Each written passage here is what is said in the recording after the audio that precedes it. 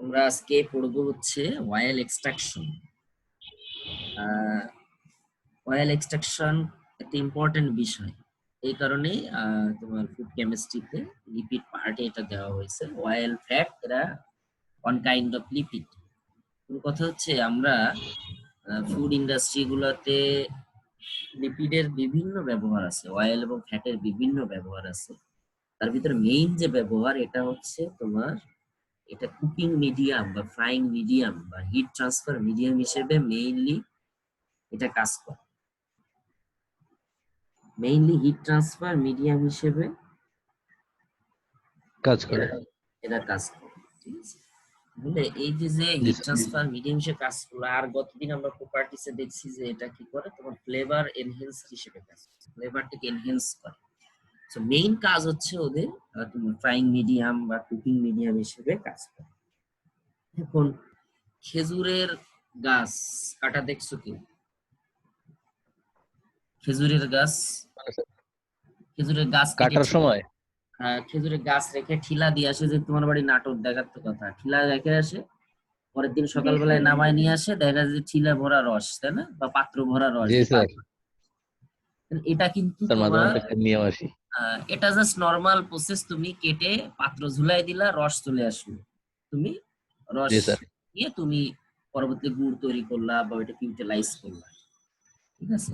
ওইটা একটা তোমার ন্যাচারালি এটা হচ্ছে, তোমাকে এর জন্য কোনো এক্সট্রা ইফোর্ট দিতে হচ্ছে না বা কোনো প্রেসার অ্যাপ্লিকেশন করা হচ্ছে না। কিন্তু তুমি দেখো, যদি সরিষার তেল যদি কেউ ভাঙানো দেখে থাকো, তোমাদের ওদিকে কোকোনাট অয়েল এত পপুলার না, কোকোনাট আমাদের দিকে খুব বেশি হয়, আমাদের দিকে কোকোনাট অয়েল নাই।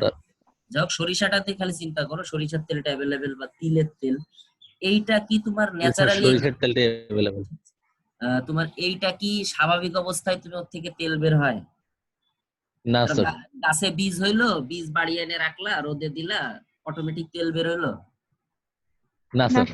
তাহলে অবশ্যই সেখানে কোন একটা প্রসেস অ্যাপ্লিকেশন করতে হয়, ঠিক আছে? অবশ্যই সেখানে কোনো না কোনো একটা প্রসেস অ্যাপ্লিকেশন করতে হয়। খেজুরের রসের মতো গাছ কেটে রেখে আসলা, রস ভরে গেল, এরকম না বিষয়টা।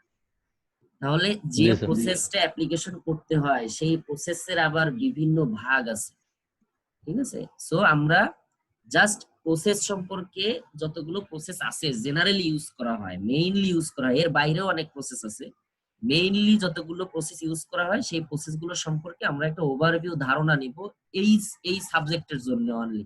কিন্তু যখন আমরা অয়েল সিড টেকনোলজি পড়বো, অয়েল প্রসেসিং টেকনোলজি পড়বো, তখন আমাদের এই প্রসিডিওর গুলো তোমার ডিটেলস পড়তে হবে তখন, ঠিক আছে? সেটা আরো উপরের ক্লাসে তোমাদের সম্ভবত থার্ড ইয়ারে আছে অয়েল সিড টেকনোলজি।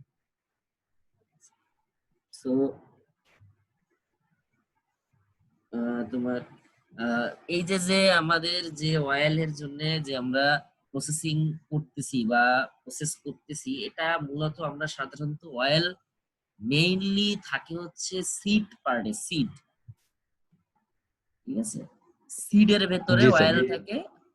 কখনো কখনো দেখা যায় যে তোমার বিভিন্ন গাছের তোমার ফ্লাওয়ারের মধ্যেও থাকে এসেনশিয়াল অয়েল থাকে, কিন্তু সেই অয়েল গুলো আসলে কনজিউম করি না আমরা সাধারণত, ফ্রেগ্রেন্স বানানোর জন্য ব্যবহার করি। যেমন তোমার ফ্লাওয়ারের যে ফ্রেগ্রেন্সটা আসে, ঘ্রাণটা কিন্তু তোমার অয়েলের কারণে হয়, ওর ভিতরে কিছু এসেনশিয়াল অয়েল থাকে যার কারণে ঘ্রাণ হয়। তোমরা যদি ইউক্যালিপটাস গাছ দেখে থাকো, ইউক্যালিপটাস রাজশাহী অঞ্চলে হয় প্রচুর, সিরাজগঞ্জে হতো, আমাদের রাস্তার সাইডে দেখতাম ইউক্যালিপটাস গাছ প্রচুর। বৃষ্টির পরে যদি ইউক্যালিপটাস গাছের পাশে যাও, দেখবা যে রাস্তা কেমন যেন একটু তৈলাক্ত হয়ে যায় এবং একটু ঘ্রাণ হয়ে যায়। খেয়াল করে দেখবা যে ইউক্যালিপটাস গাছ থেকে, বুঝতে পারছি ইউক্যালিপটাস গাছ কোনটাকে বলে? জি স্যার, সাদা লম্বা লম্বা যে গাছগুলো, হ্যাঁ, এই গাছগুলা আগে কারেন্টের পোল বানাতে ব্যবহার করতো। মেবি হতে পারে, আমিও শুনছি, কিন্তু আমি শিওর না যে এটা দিয়ে কারেন্টের পোল করে। যাই হোক, এই গাছগুলার তোমার রাজশাহী অঞ্চলে লাগায়, বা মেইনলি আমি সিরাজগঞ্জে দেখছি প্রচুর লাগায় আর কি। আমাদের এদিকে এই গাছগুলো দেখি না, কেউ লাগায় না, বাণিজ্যিক ভাবে প্লান্টেশন করে না। আরে গাছগুলো সিরাজগঞ্জে লাগায় নদী ভাঙন রোধ করার জন্য মেইনলি। এই গাছগুলো অনেক তাড়াতাড়ি বড় হয় আর মাটিটা অনেক শক্ত করে ধরে রাখতে পারে। হ্যাঁ, বড় হয় অনেক বেশি করে।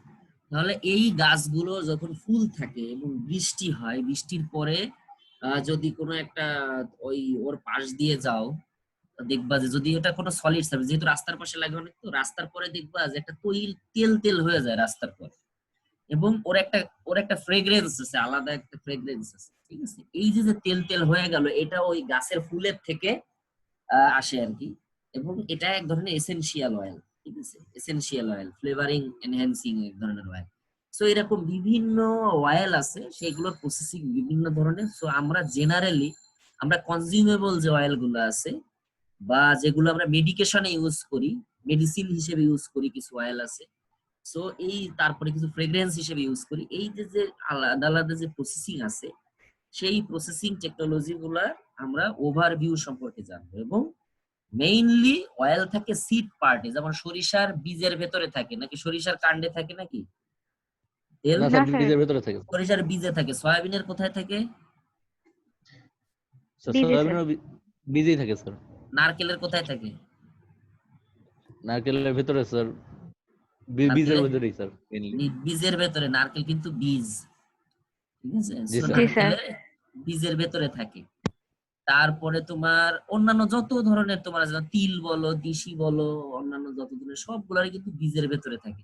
সো এই বীজের ভেতরে শুধু কিন্তু অয়েল পার্ট থাকে না, শুধু যে লিপিড পার্ট যেটা বলে অয়েল সেটা থাকে না, এর ভেতরে তোমার প্রোটিন থাকে, তারপরে তোমার কিছু সেলুলোজ থাকে। সেলুলোজ মানে কার্বোহাইড্রেট। সব কার্বোহাইড্রেট যে কনজিউমেবল তা না, সেলুলোজিক যে কার্বোহাইড্রেট গুলো আছে, সেলুলোজ, হেভি সেলুলোজ, বিভিন্ন ধরনের তোমার ফাইবার থাকে, এগুলো সেলুলোজ, ফাইবার গুলো সেলুলোজ। সো কিছু সেলুলোজ থাকে, মানে কার্বোহাইড্রেট থাকে, প্রোটিন থাকে, এবং লিপিড থাকে, এবং কোথাও কোথাও তোমার ভিটামিন, মিনারেল থাকে, ওয়াটারও থাকে, ঠিক আছে। সো অন্যান্য নিউট্রিয়েন্ট গুলো থাকে, কিন্তু আমাদেরকে এক্সট্রাক্ট করতে হবে হচ্ছে অয়েল।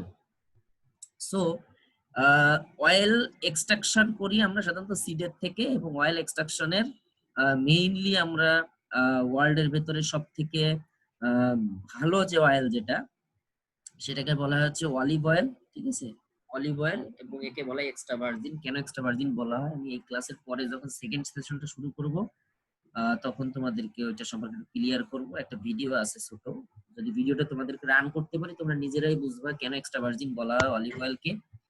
আর যদি রান্না করা যায় আমি এমনি ব্যাখ্যা করে দিব আর কি। তাহলে এই যে যে তোমার যে অয়েল এক্সট্রাকশন যে প্রসিডিওর, এর যে জাস্ট আমাদেরকে বেসিক জানতে হবে, এদের ডেফিনিশনটা জানতে হবে, এর ভেতরে যদি কোনো প্রপার্টিজ থেকে জানতে হবে, এক্সাম্পল জানতে হবে কোন অয়েলটার ক্ষেত্রে সাধারণত এটা তোমার করা হয় বা করে আর কি সাধারণত। সবার প্রথমে আমাদেরকে যেটা জানবো আমরা, সেটা হচ্ছে cold press or cold expeller press. Cold press or cold expeller press. এখন কথা হলো কোল্ড প্রেস কেন করব আমরা, ঠিক আছে, এটা সম্পর্কে আমাদের একটু জানতে হবে। যেমন অলিভ অয়েল খুব গুড কোয়ালিটির অয়েল, এর ভেতরে অনেক উপকারী তোমার এসেনশিয়াল ফ্যাটি অ্যাসিড থাকে বা অন্যান্য তোমার আরো অনেক উপাদান থাকে, এবং এর ফ্যাটি অ্যাসিড চেইন লেন্থ, যেহেতু এসেনশিয়াল ফ্যাটি অ্যাসিড গুলোর চেইন লেন্থ বড় থাকে, সব ঠিক আছে। কিন্তু যদি অলিভ অয়েলকে আমরা হট প্রেস করি, হট প্রেস করলে কোয়ালিটি ডিটোরিয়েশন হয়। তোমরা যদি গুড কোয়ালিটির অয়েল চাও তাহলে তোমাকে অবশ্যই সেখানে কোল্ড প্রেস করতে হবে। কোল্ড প্রেস, কোল্ড প্রেসটা কেমন? কোল্ড প্রেসটা হচ্ছে প্রেসিং করতে, প্রেস তো বোঝো কোনো কিছুকে চাপ দেওয়া, কারো কোনো একটা সিটকে যদি তুমি প্রেসার না দাও অটোমেটিক তো আর তার থেকে অয়েল বেরোবে না, তাই না? তাহলে অলিভ অয়েল এরকম প্রেসার দিয়ে ওর থেকে অয়েলটাকে এক্সট্রাক্ট করতে হয়। এখন কোন অলিভ, আমাদের দেশে যে অলিভ হয় সে অলিভ, নাকি তোমার অন্য ধরনের অলিভ? ঠিক আছে, অনেকের একটা ধারণা কি আমাদের দেশে অন্য ধরনের অলিভ, আমাদের দেশে যে অলিভটা হয় সেই তার থেকে বোধহয় তেল হয়। আসলে আমাদের দেশে যে অলিভ হয় তার থেকে তেল হয় না, ঠিক আছে, খুব অল্প পরিমাণে তেল থাকে অলিভে। কিন্তু যে অলিভটা থেকে রিয়েলি তেল তৈরি করা হয় সে অলিভের ভেতরে অয়েল কন্টেন্ট অনেক বেশি, এবং অলিভটা একটু ছোট টাইপের, একটু কালচে অথবা লালচে এরকম টাইপের হয়, ঠিক আছে, ছোট ছোট অলিভ গুলো, এবং প্রচুর পরিমাণে তোমার ওতে অয়েল থাকে। সো এই অয়েলটা তোমার যে প্রেস মেশিনে তোমাকে প্রেস করা হয়, কারোকে যদি চাপ দেওয়া হয় বা প্রেসার দেওয়া হয়, অথবা রোলারের ভেতর দিয়ে যদি পাস করা হয়, তাহলে ঘর্ষণের ফলে তাপ উৎপাদন হয় না ঠান্ডা হয়? তাপ উৎপাদন হয় সবসময়। ঘর্ষণ যেখানে হয় বা যেখানে তুমি প্রেসার দিচ্ছ, মানে ফ্রিকশন হচ্ছে, যেখানে ফ্রিকশন, ঘর্ষণের ইংলিশ হচ্ছে ফ্রিকশন, যেখানে তোমার ফ্রিকশন হচ্ছে সেখানে হিট প্রডিউস হয়। এখন কথা হলো যদি বেশি হিট প্রডিউস হয়ে যায়, সেই হিটটা কেমন, যদি 120 ডিগ্রির উপরে চলে যায় তাহলে সেটা আর কোল্ড প্রেস থাকে না, সেটাকে তখন হট প্রেস বলা হয়। আর 120 ডিগ্রির উপরে যদি চলে যায় তাহলে তোমার ফ্রি ফ্যাটি অ্যাসিড যেটা আছে, ফ্রি ফ্যাটি অ্যাসিডের চেইন লেন্থ ভেঙে যেতে থাকে। ঠিক আছে, ঠিক আছে, ভেঙে যেতে থাকে, অন্যান্য যে প্রপার্টিস আছে অয়েলে, সেই প্রপার্টিস গুলো ডিটোরিয়েট হয়ে যায়। এখন দেখো এখানে একটা জায়গায় বলছে 120 ডিগ্রি, আর এক জায়গায় বলছে হচ্ছে 59 ডিগ্রি সেলসিয়াস। ঠিক আছে, এখানে বিষয়টা একটু কন্ট্রাডিক্টরি মনে হতে পারে নরমালি পড়লে, কিন্তু বিষয়টা বলতেছে যে মিনিমাম 100 মানে মিনিমাম 49 ডিগ্রি সেলসিয়াস ওঠে টেম্পারেচার মিনিমাম, এবং 49 ডিগ্রির আশপাশে থাকলে বা 49 ডিগ্রি থেকে 100 মানে 49 ডিগ্রি যত কাছাকাছি থাকে কোয়ালিটি তত ভালো থাকে। তার মানে এই না যে একেবারে এক্সাক্ট 49 ডিগ্রি করতে হবে, এরকম না। তুমি যদি 120 এর নিচে রাখতে পারো টেম্পারেচার তাহলেও কোল্ড প্রেস হবে। বুঝতে পারছো বিষয়টা কি? মানে এই যে 49 আর 120 জি। একই একই কোশ্চেনের মধ্যে দুইটা টেম্পারেচার বলে দিছে ওরা। তাহলে এটা কিন্তু স্বাভাবিকভাবে কেউ যদি বুঝে না পড়ে বা কেউ যদি ক্লাস না করে তাহলে তার কাছে স্যার এটা এটা একটা রেঞ্জ।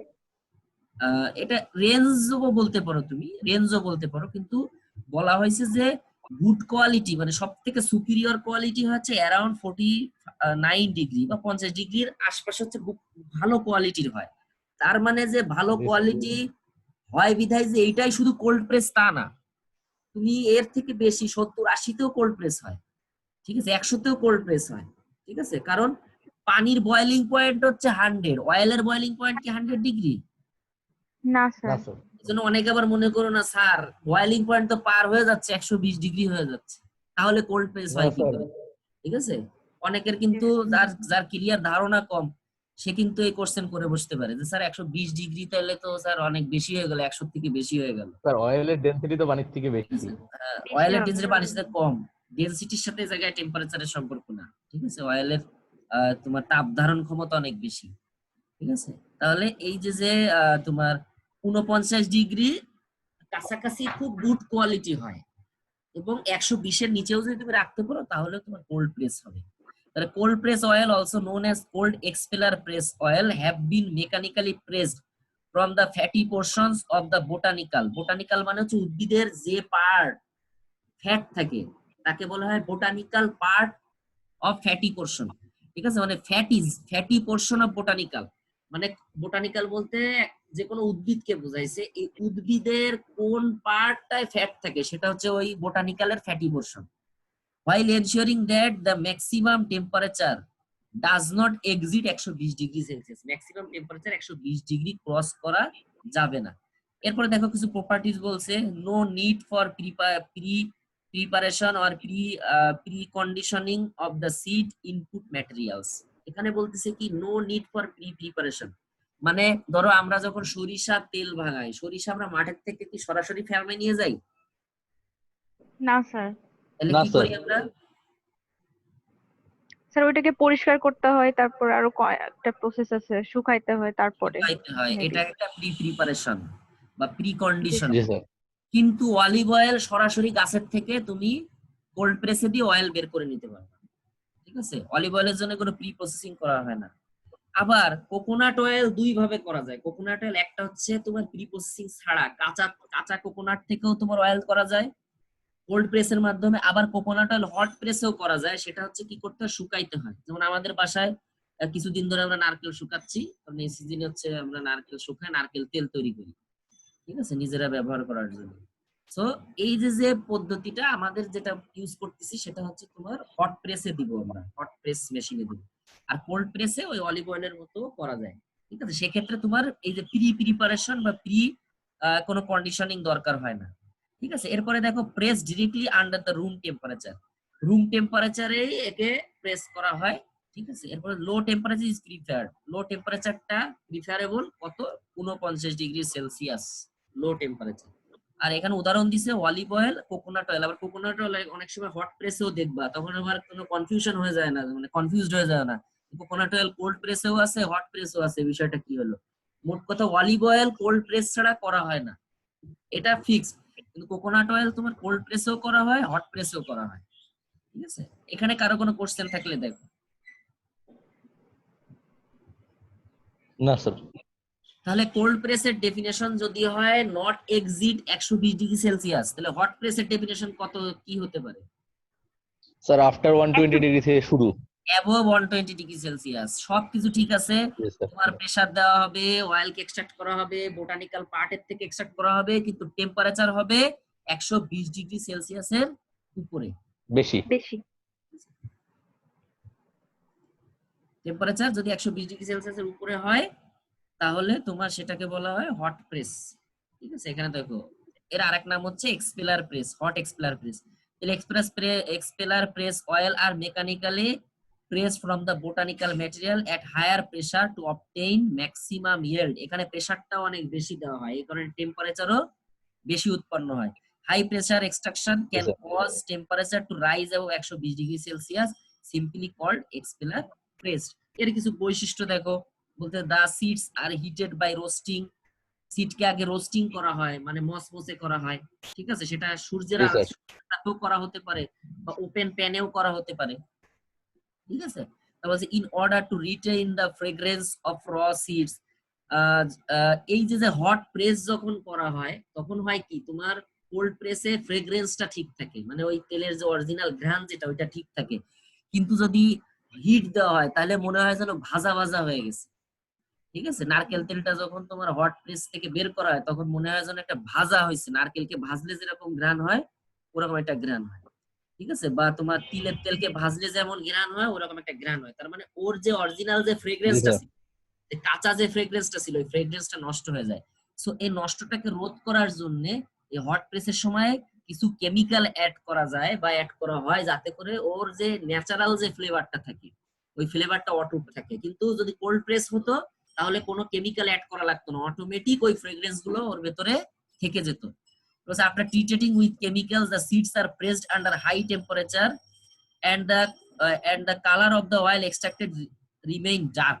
বলতে যখন হট প্রেস করা হয় তখন তেলের যে কালার, এই কালারটা ন্যাচারাল যে কালার এটা থাকে না। কি হয়, তুমি যখন তেলকে দেখবা যে যখন কোনো কিছু তুমি ফ্রাইং প্যানে দাও, তেলকে দিয়ে কোনো কিছু ফ্রাই করার পর ওই তেলটা বের করলে দেখবা যে একটু কালচে কালার হয়ে যায়।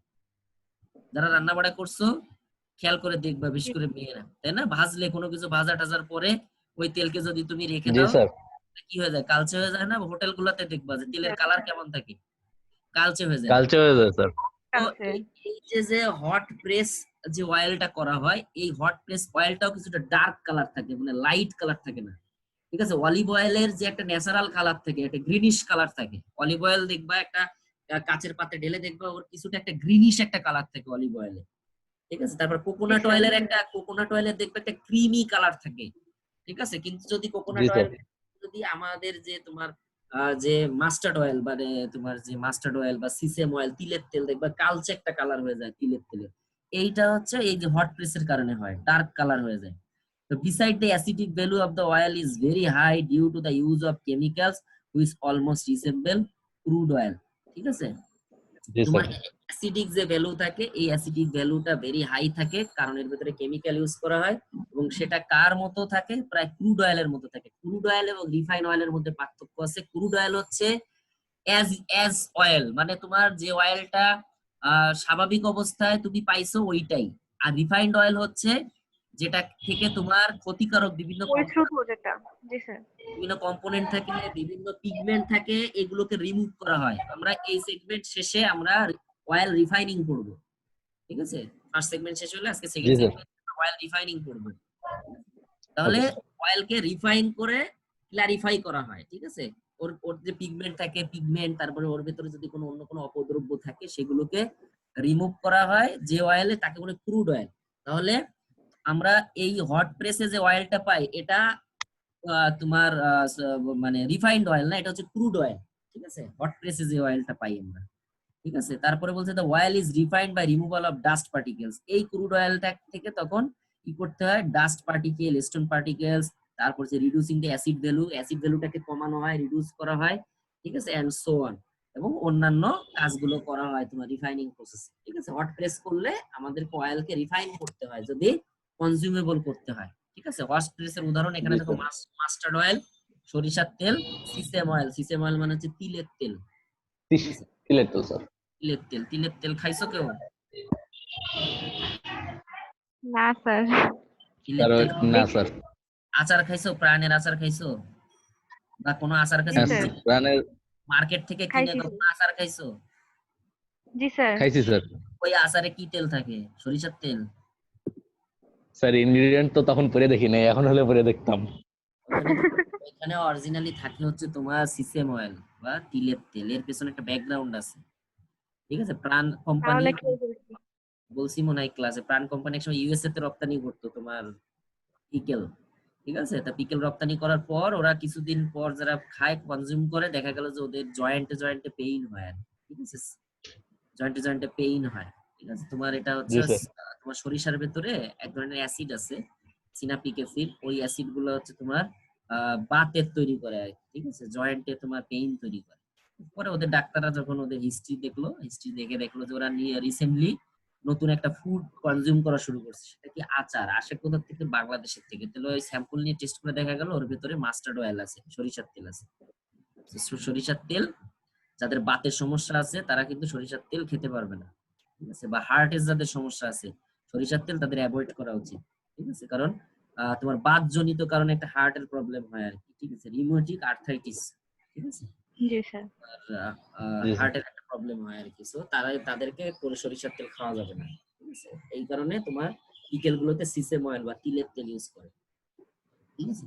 এই স্যার গেল। নরমালি বাসাবাড়িতে রান্নার জন্য সরিষার তেল ইউজ করা বেটার নাকি সয়াবিন তেল? সয়াবিন যদি তোমার পিওর সয়াবিন হয়, সয়াবিন খাওয়া সমস্যা নেই। আর আগে আমাদের দেশে সরিষার তেলই খেত, সরিষার তেল আর তিলের তেলই খেত, ঠিক আছে? কিন্তু সরিষার তেল লং টার্ম যদি তুমি কনজিউম করো, সরিষার তেল কিছুদিন তোমার বিরতি দিয়ে তুমি খেতে পারো। যেমন আমাদের বাসাতে আমরা সরিষার তেল খাই ম্যাক্সিমাম টাইম। আমাদের বাসায় তো স্যার ইদানিং সরিষার তেল ইউজ করা শুরু করছে একদম। একসময় তো সয়াবিন আমাদের টোটালি সয়াবিন বাদ। ছিল না, একসময় তো আমাদের সয়াবিন টোটালি ছিল না। তার ব্যাকগ্রাউন্ড তো বলছি যে সয়াবিন কেন বাংলাদেশে চাষ জি স্যার, করে, বাংলাদেশে কেন আসে বলছেন তো সয়াবিন। ক্লাসে। সয়াবিনের থেকে সরিষার তেল অবশ্যই পুষ্টিকর বেশি। কিন্তু সয়াবিন তেল তো মানে সয়াবিন তেল যদি পিওর হয়, রিফাইন্ড হয়, খেতে পারো, কোনো সমস্যা নেই। এই আর জি কি। স্যার। এখন এই হচ্ছে natural process of oil extraction. একটা হচ্ছে তোমার হট প্রেস, একটা হচ্ছে কোল্ড প্রেস। এটা কি মানে জি অয়েল স্যার। যে সকল সিডে প্রেস করলে অয়েল বের হয়ে আসে, তার মানে কি এদের অয়েল কন্টেন্ট বেশি। যে সকল সিডে অয়েল কন্টেন্ট বেশি থাকে তাদেরকে প্রেস করলেই অয়েল বের হয়ে আসে, মানে প্রেসার দিলেই অয়েল বের হয়ে আসে। কিন্তু যে সকল সিডে অয়েল কন্টেন্ট অনেক কম, সেখানে শুধু প্রেসার দিলে কি অয়েল বের হয়ে আসবে? না স্যার। না স্যার। আসবে না। তার একটা উদাহরণ হচ্ছে সয়াবিন। সয়াবিনে অয়েল কন্টেন্ট অনেক কম, ওর ভেতরে প্রোটিন জি স্যার। কন্টেন্ট বেশি, প্রোটিন পার্ট বেশি। এই কারণে হট প্রেস বা কোল্ড প্রেস করে আমরা যদি অয়েল বের করতে যাই সয়াবিনের থেকে, তাহলে অনেক সময় সাপেক্ষ এবং অনেক এক্সপেন্সিভ হয়ে যায়, ঠিক আছে? তখন নতুন একটা পদ্ধতি আবিষ্কার করা হলো। কোন বেসিসে? এই কারণে প্রপার্টিজ পড়াইতে হয় বা প্রপার্টিজ সম্পর্কে জানতে হয়। অয়েলের একটা প্রপার্টিজ আছে, এরা তোমার নন পোলার যে সকল সলভেন্ট আছে তার ভেতরে সলিউবল হয়। পড়ছো প্রপার্টিজ পড়ায়নি অয়েলের? জি স্যার। ফ্যাটস এন্ড অয়েলস এর, ফ্যাটস এন্ড অয়েলস কি জি পোলার? স্যার। পোলার জি স্যার। জি স্যার। দ্রবীভূত হয় পোলারে? না স্যার, নন পোলার স্যার, পানিতে দ্রবীভূত হয় না এরা। নন পোলারের উদাহরণ দিতে পারবা দু একটা? ওইখানে উদাহরণ দেওয়া আছে। Alcohol sir. অ্যালকোহল, আর অ্যালকোহলের থেকেও বেশি স্যার দ্রবীভূত হয় বেনজিন, বেনজিন স্যার। তারপর ether, sir ether ether. Benzene, ether ether benzene এইগুলোতে তোমার দ্রবীভূত হয়। সো তখন দেখা গেল জি তাহলে স্যার। এই প্রপার্টিজটাকে যদি অ্যাপ্লাই করা যায়, তাহলে কি হবে যে যেখানে অল্প পরিমাণেও অয়েল আছে, সেই অয়েলটা কি হবে এই বেনজিন ইথারের মধ্যে বের হয়ে চলে আসবে। পরবর্তীতে এই বেনজিন এবং ইথারকে যদি হিট দেওয়া হয়, হিট দিলে কি হবে, ওর যে বয়লিং পয়েন্ট আছে, বয়লিং পয়েন্টে গেলে কি হবে, বেনজিন এবং ইথার উড়ে চলে যাবে, তাই না? বেনজিন এবং ইথার যখন উড়ে চলে যাবে, অবশিষ্ট থেকে যাবে কি? অয়েল।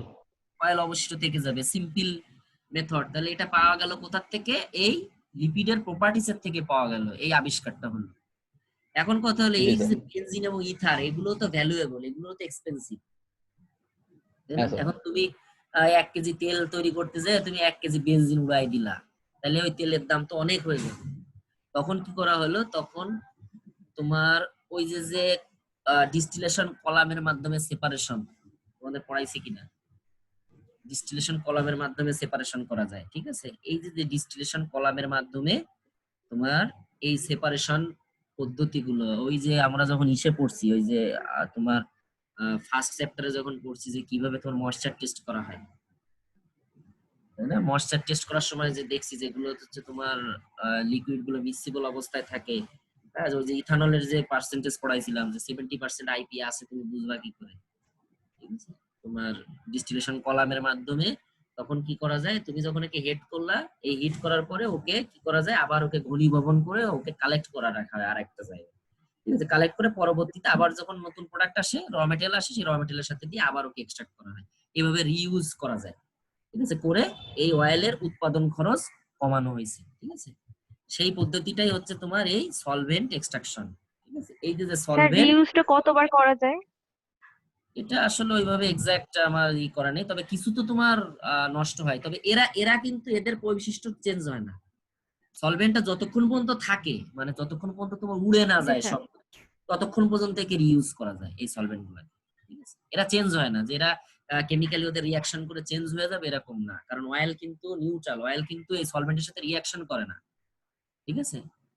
এর জি সাথে স্যার। রিয়াকশন করে না, এটা নিউট্রাল অবস্থায় থাকে। সো একে যখন তুমি আবার আলাদা করে নিবা, ওই বেনজিন বেনজিনই থাকবে। কিন্তু কথা হলো যদি সিস্টেমে কোথাও লস থাকে, সিস্টেমের কারণে যদি কোনো লস হয়ে যায়, সেক্ষেত্রে এটা প্রবলেম হতে পারে। এটাই হচ্ছে সেই সলভেন্ট এক্সট্রাকশন মেথড। তার মানে কি করা হয়, আমরা জানি যে যেগুলো হচ্ছে তোমার নন পোলার সলভেন্ট আছে, সেই সলভেন্ট গুলো কি করে অয়েলকে নিজেদের মধ্যে এক্সট্রাক্ট করতে পারে। তাহলে নন পোলার সলভেন্টের ভেতরে যদি ওই ওই কম্পোনেন্টকে রাখা হয়, তাহলে কি হবে, অয়েলটা এক্সট্রাক্ট হয়ে চলে আসবে নন পোলার সলভেন্টের ভিতরে। পরবর্তীতে সলভেন্টকে যদি ইভাপোরেট করে দেওয়া হয়, তাহলে অয়েল রিমেইন অবস্থায় থেকে যাবে। যেমন soybean oil, palm oil, rice bran oil, এগুলো সলভেন্ট এক্সট্রাকশন পদ্ধতিতে তোমার এক্সট্রাক্ট করা হয়, সলভেন্ট এক্সট্রাকশন ইউজ করা হয়।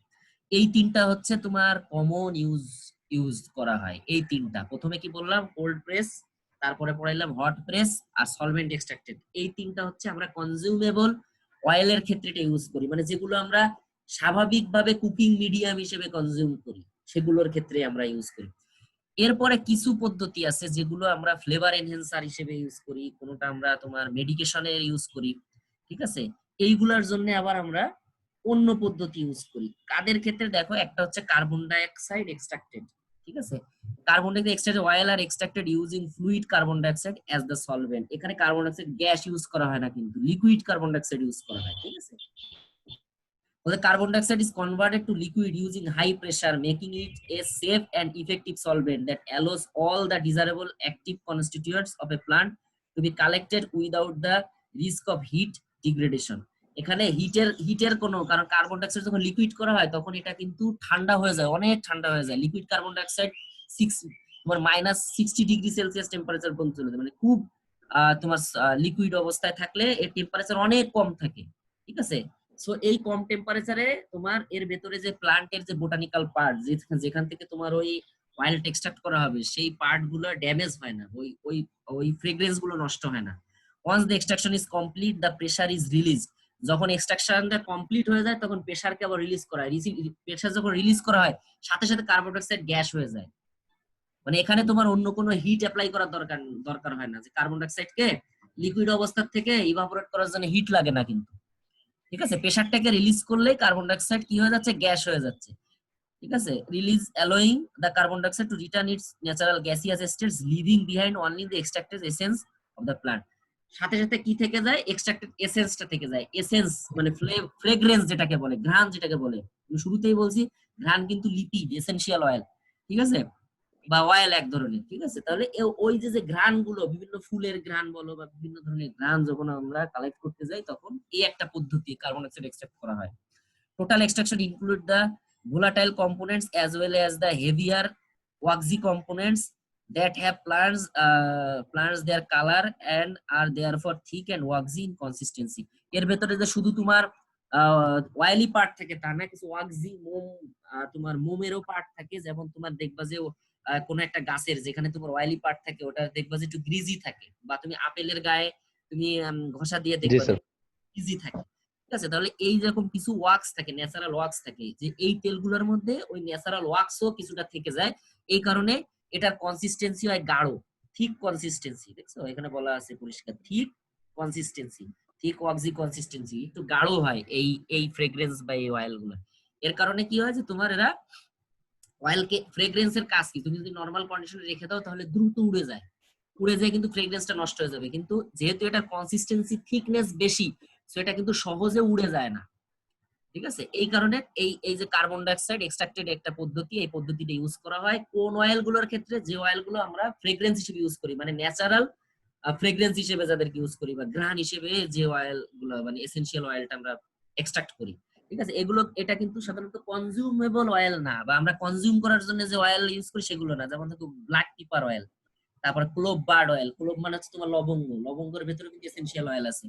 ঠিক আছে, তাহলে এই যে ক্লোভ বার্ডের ভেতরে যে অয়েল থাকে সেই অয়েলটা, বা ব্ল্যাক পিপার অয়েল, মানে এটা মোর, মানে এটা মানে কুকিং মিডিয়াম হিসেবে না, এটাকে আমরা ফ্রেগ্রেন্স হিসেবে, অথবা এর কিন্তু পজিটিভ হেলথ ইম্প্যাক্ট আছে। ঠিক আছে, কালো তোমার ব্ল্যাক পিপার যেটা তোমার গোলমরিচের একটা এসেনশিয়াল অয়েলটা কিন্তু হেলথের জন্য ভালো। ক্লোভ বার্ডের অয়েলটা কিন্তু হেলথের জন্য ভালো। আমরা সর্দি কাশি হলে কি করি, আমরা লবঙ্গ দিয়ে খাই না? জি স্যার। লবঙ্গের অংশটা আমাদের কাজে লাগে, ওই ক্লোভের যে অংশটা আমাদের তোমার হেলথের জন্য। আমি মাঝে একটা তোমাদেরকে চার্ট দিছিলাম, দেখবা যে বিভিন্ন মশলার তোমার অ্যাক্টিভ ইনগ্রেডিয়েন্টস।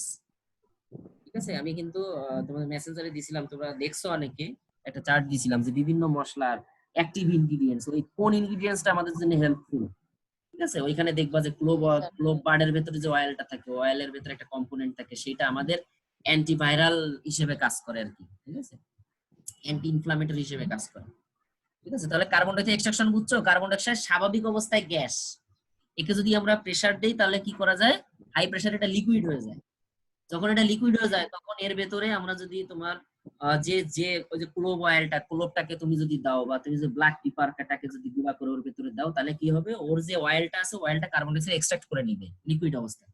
যখন এক্সট্রাক্ট করে নেওয়া হয়ে গেল, এরপরে তুমি ওর ওর যে ভেতরে যে তোমার অপদ্রব্য গুলো আছে, ফাইবার গুলো আছে, ওগুলো ফিল্টার করে দিলে, ফিল্টার করে বের করে দিলে, দেওয়ার পরে এখন কি করবা, তুমি ওই লিকুইডটাকে তুমি জাস্ট প্রেসারটাকে সরাই নিলে কি হবে, কার্বন ডাইঅক্সাইড গ্যাস হয়ে চলে যাবে। যখন চলে যাবে তখন কি থাকবে, অবশিষ্ট যেটা থাকবে সেটাই হচ্ছে অয়েল। আর এই অয়েল গুলো সাধারণত ফ্রেগ্রেন্স যে অয়েল গুলো আছে, ঘ্রাণ, সুগন্ধি, ঠিক আছে, বা তোমার মেডিকেশনে ইউজ করা হয়, মেডিকেল ইউজ আছে, ঠিক আছে, সেই অয়েল গুলো এইভাবে এক্সট্রাক্ট করা হয়।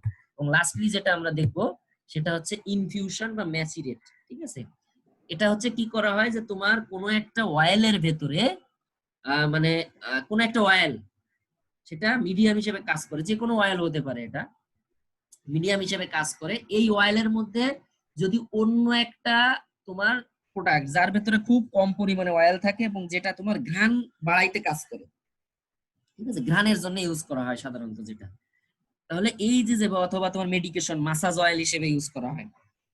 তাহলে এটাকে করে কি, ওই গাছটাকে বা ওই অংশটাকে যার ভেতরে ফ্রেগ্রেন্সটা আছে সেটাকে ম্যাচিরেট করে। ম্যাচিরেট করা মানে কি, ছাতু বানায় আগে। ঠিক আছে, ছাতু বানায়, ওই যে যে ম্যাচিরেট অংশটা আছে, ওই রসটা আছে, ওই অয়েলের মধ্যে মিক্সার করে দেয়, যে বেজ অয়েলটা আছে বেজ অয়েলের মধ্যে মিক্সিং করে দেয়। মিক্সিং করে দিলে ওই যে যে ওর ভেতরে যে অয়েলটা থাকে ওইটা বেজ অয়েলের সাথে মিশে যায়।